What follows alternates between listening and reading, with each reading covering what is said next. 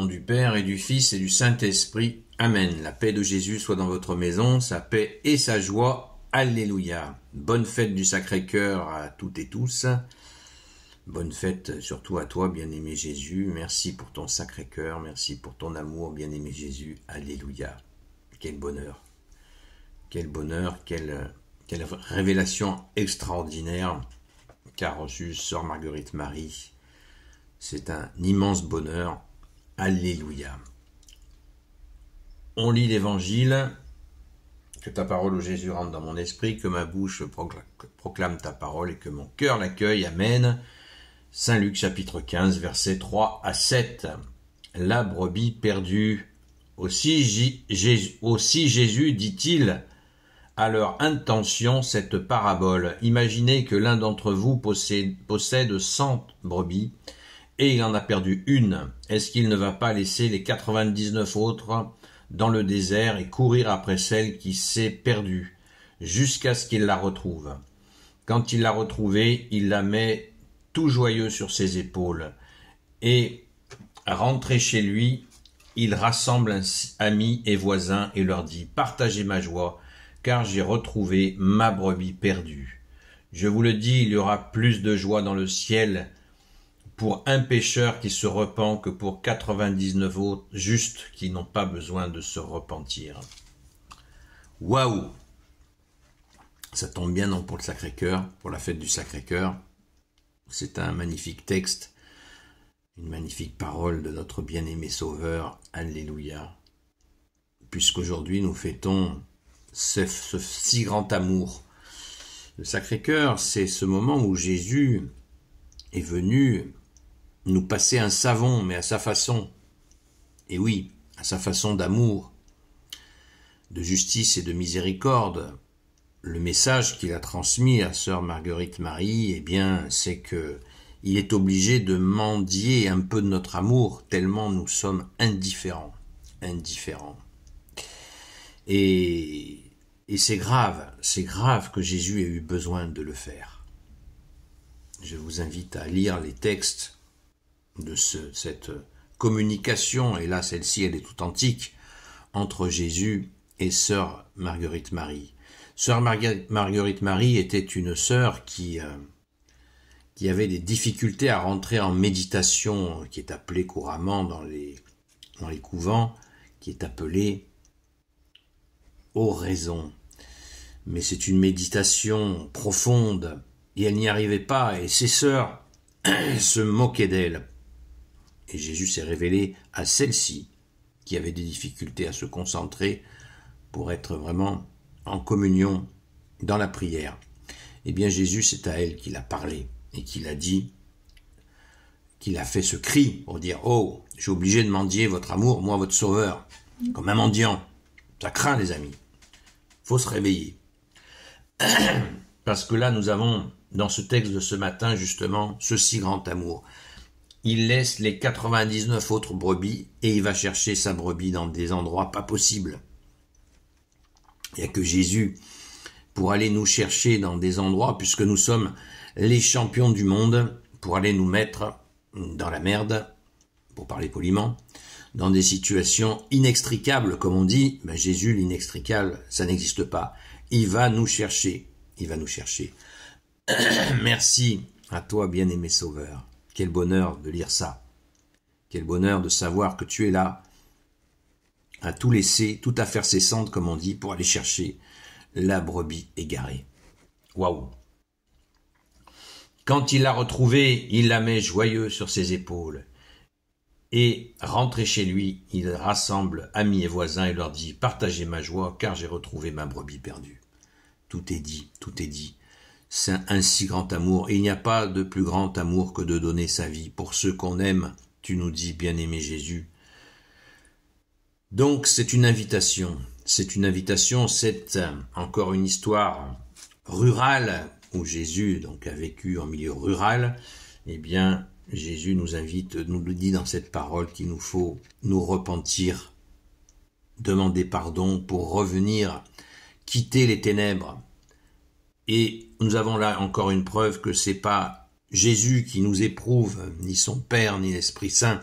C'est nous-mêmes qui nous mettons dans des situations incroyables. Incroyables. On est très fort pour se mettre dans des situations pas possibles. Pas besoin de prétendre que le bon Dieu nous éprouve. Jésus nous aime. Il a autre chose à faire que de nous calculer des coups pour nous éprouver. C'est ridicule. Ça n'a pas de sens. Saint Paul l'a très bien expliqué d'ailleurs. Donc, on quitte cet état d'esprit stupide de croire que le bon Dieu nous éprouve. Ça n'a pas de sens. Il souhaite que nous nous convertissions, pas parce que c'est un tyran, lui. Les tyrans, c'est des politiques. On le voit, surtout chez nous. Et bien sûr, il y en a d'autres ailleurs, mais on en a beaucoup chez nous.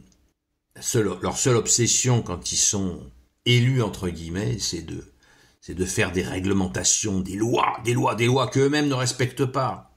La preuve que ce sont des tyrans. Eh bien, Jésus n'est pas un tyran. Il nous aime, mais il veut que nous nous convertissions, pas par tyrannie, pas par souhait de nous contrôler, mais pour nous rendre libres. La vérité vous rendra libre, nous dit Jésus. Il nous donne cette liberté.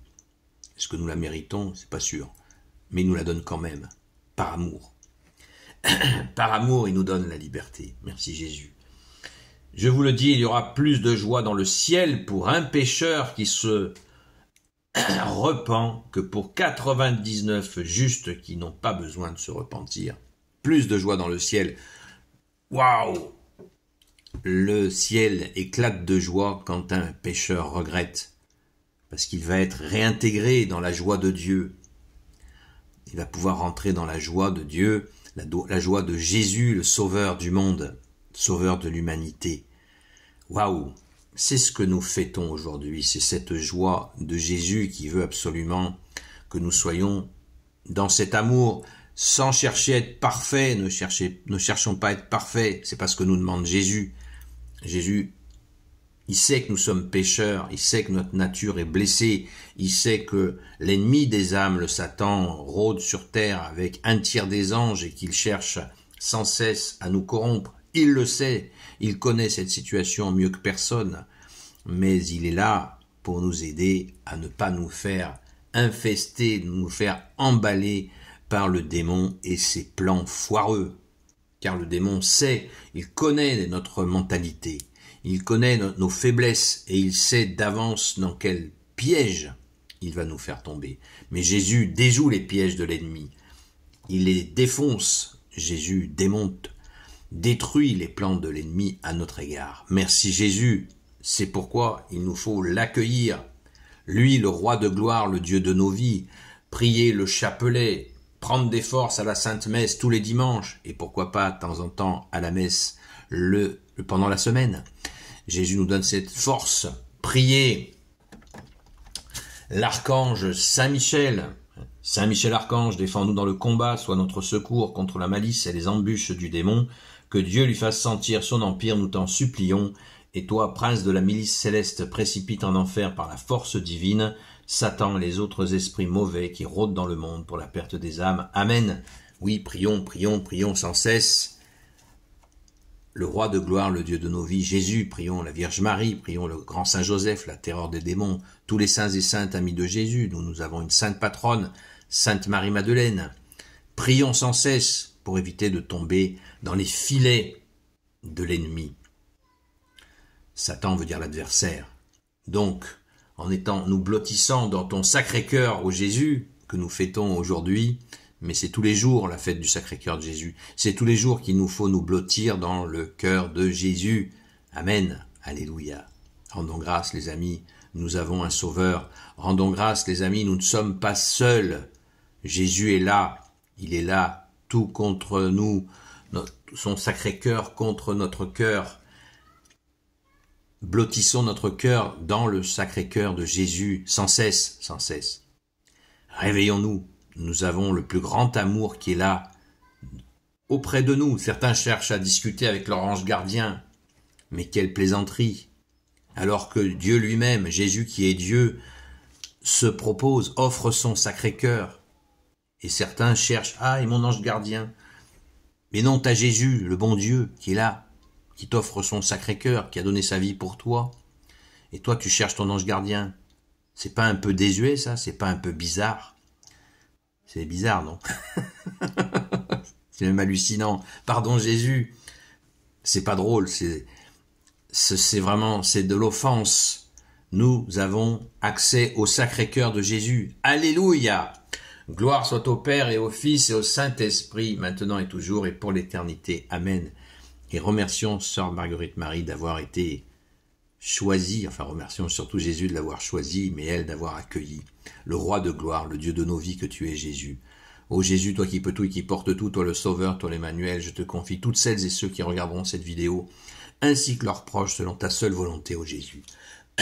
Sainte Marie, Reine des cieux, toi l'Immaculée Conception, toi qui écrases le serpent, toi qui as la lune sous tes pas, toi notre Mère, Notre-Dame. Saint Joseph, toi le juste et le saint, toi le sage, toi la terreur des démons, toi le saint gardien de la Sainte Église catholique apostolique. Sainte Marie-Madeleine, notre chère sainte patronne.